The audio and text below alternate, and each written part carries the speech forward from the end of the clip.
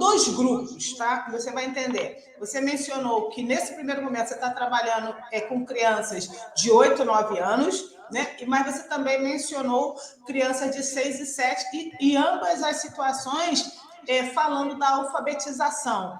Uhum.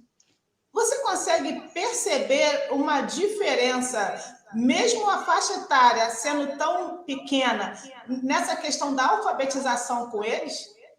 Porque, assim, na minha cabeça, como leiga, uma criança, também eu não sei até que ponto vai essa alfabetização, mas eu penso que uma criança de 8, 9 anos já deveria, talvez, estar alfabetizada, ou não.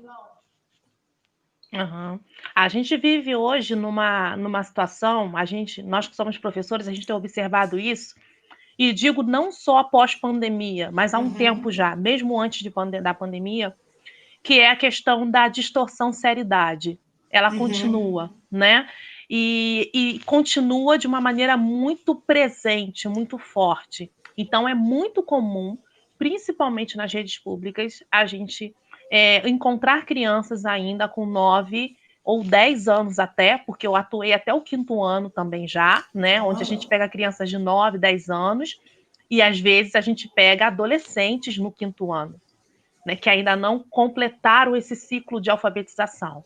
O que se entende hoje por alfabetização? Pelo menos na rede onde eu trabalho, a maioria das redes são assim. Entende-se o ciclo de alfabetização, o primeiro ciclo, 1º ano, 2º ano e 3º ano, né? Então, esses 3 primeiros anos, o professor tem para poder completar esse ciclo de alfabetização com essa criança. Espera-se que a partir do 4º e 5º ano do ensino fundamental a criança já esteja alfabetizada. Mas a gente tem observado que não é isso que tem acontecido, né? Poucas são as crianças que terminam esse primeiro ciclo de fato alfabetizadas, né? Sabendo ler, interpretar, fazer procedimentos matemáticos, né? As operações matemáticas com facilidade. Então a gente percebe que ainda há dificuldade nesse processo, há uma série de dificuldades nesse processo. E é por isso que, assim, é tão interessante, quando eu fui buscar psicanálise, também para entender esse processo, né? O que acontece com essa criança? Por mais que você ofereça, às vezes, os recursos necessários para que ela complete esse processo, ela tem dificuldade ainda, né? E termina o ciclo sem concluir aquilo que a gente espera dela no término, né, desse ciclo. Você falou da pandemia, mencionou a pandemia. Eu estava conversando com uma pessoa dentro de um outro assunto, dentro de um ambiente, falando de questões corporativas, e essa pessoa me disse que percebeu na empresa que ela trabalha, no período da pandemia, que as pessoas tiveram eu vou usar a palavra retardo, tá? Elas regrediram em torno de 4, 5 anos. E estamos falando de pessoas adultas, maduras e tudo mais. E você colocou a pandemia, mencionou a pandemia. Eu queria te fazer 2 perguntas. A primeira é, que eu acho que a resposta chega a ser óbvia, né? O quanto que a pandemia afetou ou acabou afetando ou prejudicando esse processo ou esse progresso. E a segunda pergunta eu estava numa discussão acalorada com uma pessoa e eu falei, tive que tirar o chapéu para ele e falei, é verdade o que o senhor está me dizendo? Que é o seguinte, a questão da não reprovação, de ser obrigado a aprovar a pessoa, mesmo que ela não esteja de fato apta. E aí, quando você menciona o seguinte, olha, a pessoa chega no quinto ciclo, no 5º ano, e não completou o que se espera dela. O quanto que essa questão da aprovação automática e o quanto que a pandemia acabaram prejudicando esse processo, se é que eu posso usar essa expressão. E prejudicou muito, Val, muito, né? Antes da pandemia, a gente tinha a questão dessa dificuldade, a gente via acontecer, né? Mas a gente tinha um grupo de crianças ainda predispostas à aprendizagem. O que a gente observou depois da pandemia é um marasmo, uma falta de desejo de aprender, né? É nítido, assim, é incrível como a gente percebeu que as crianças elas não estão mais entusiasmadas em aprender. Parece que aquele entusiasmo que já não era tão alto assim antes, diminuiu mais ainda. A gente percebeu muito também, após a pandemia, a falta de paciência para fazer as coisas que são mais minuciosas, que demandam mais atenção, né? Elas estão mais impacientes, não estou generalizando, né? Mas grande parte das crianças estão mais impacientes, não tem desejo por produzir nada ou curiosidade por alguma coisa, né? Então a gente está lidando com uma geração de crianças pós-pandemia que querem tudo muito rápido, querem respostas prontas e elas não se dão a mais aquele trabalho de querer sentar, aprender, ouvir. Para você ter uma ideia, as crianças estão tendo dificuldade de ouvir história. Que Se isso? você sentar e abrir um livro e começar a contar a história para essa criança, elas estão num nível de ansiedade tão grande que elas não conseguem simplesmente esperar que você termine. Então, aquela questão da curiosidade, de instigar, de saber o que vai ter no final, o que vai acontecer, é incrível. Parece que não tem mais, né? Se a história para ela tá enfadonha, ela simplesmente abandona, larga para lá, não quer mais saber.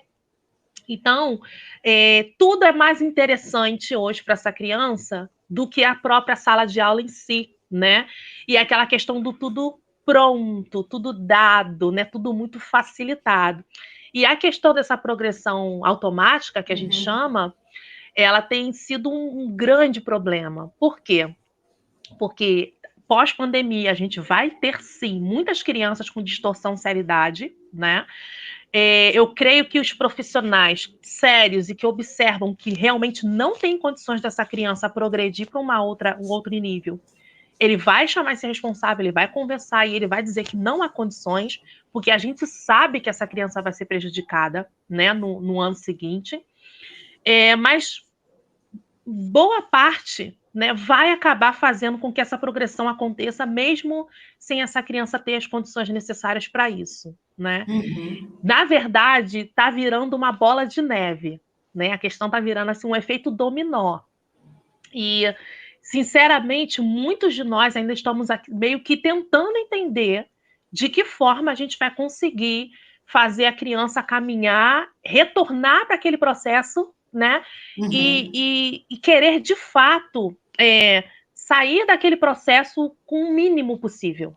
Né? O que a gente espera hoje é que, pelo menos o mínimo possível, essa criança saia aprendendo para que ela possa, de outra forma, no próximo ciclo, crescer. Né?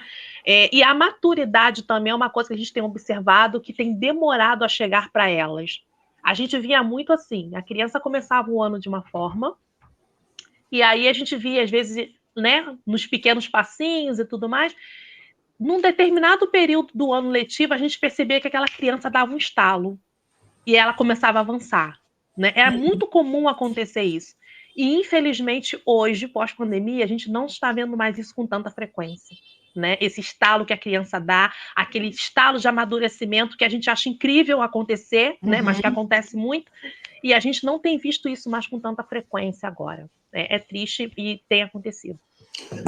Eu vou abrir um outro parênteses aqui, porque eu gosto muito desses assuntos. Você falou que está utilizando a psicanálise, foi buscar a psicanálise para poder, como uma ferramenta para nos auxiliar nesse trabalho, vamos colocar assim, me fugiu a palavra, né? No seu ofício com as crianças e pensando também nos pais deles, né? Porque é um todo, é sistêmico, né? Eu não consigo imaginar uma criança progredindo exponencialmente se ela não tem suporte, digamos assim, na sua retaguarda. Mas eu queria abrir um parêntese.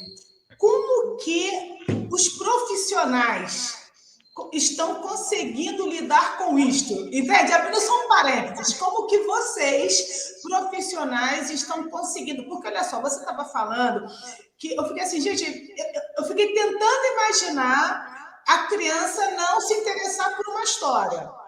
Mas, em contrapartida, eu consigo entender por que ela não se interessa pela história. Por causa de quê?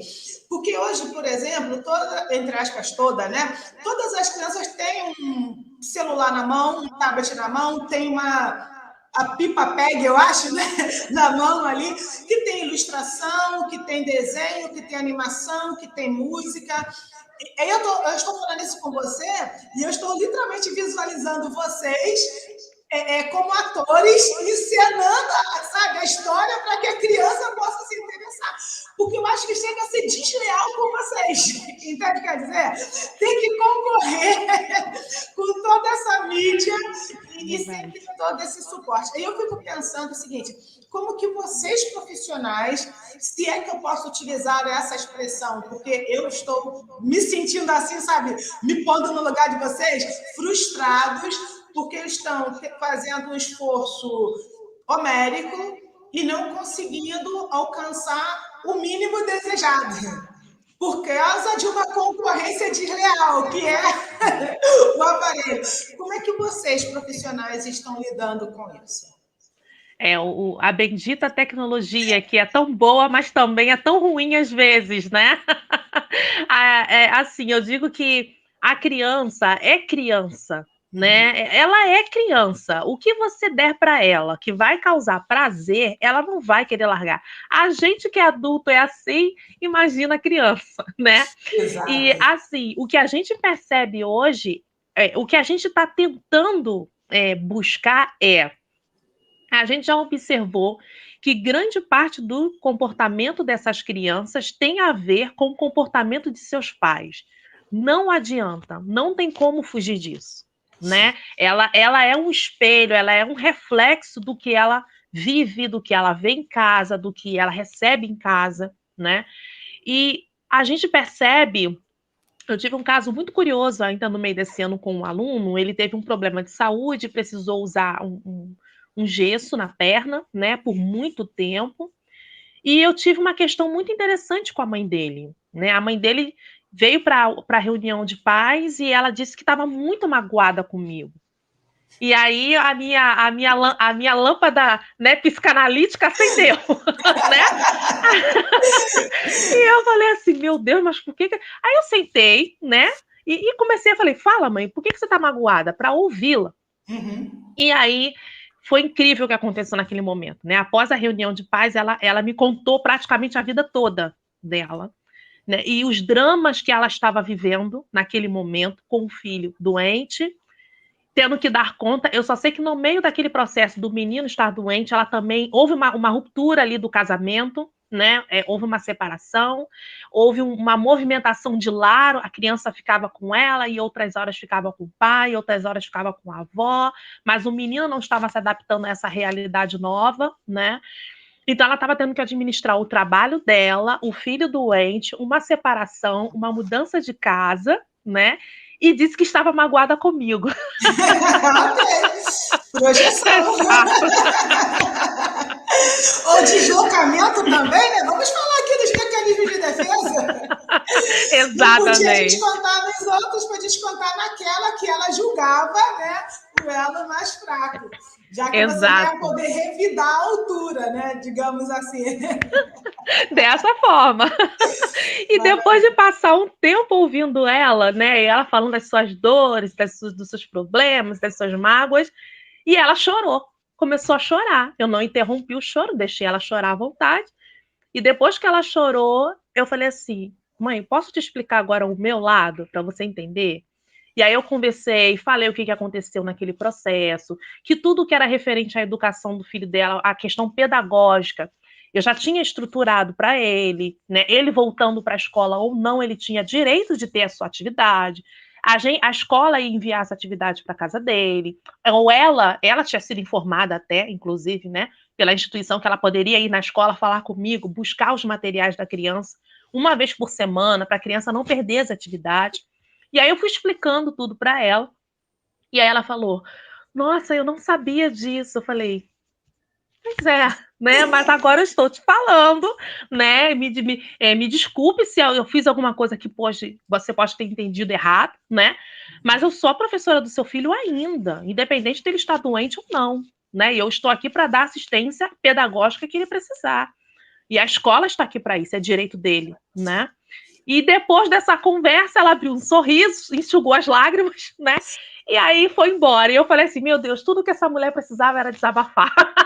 Diana, sabe o que você disse para ela? Eu vou dizer o que você disse para ela. Eu não vou te abandonar como os outros fizeram.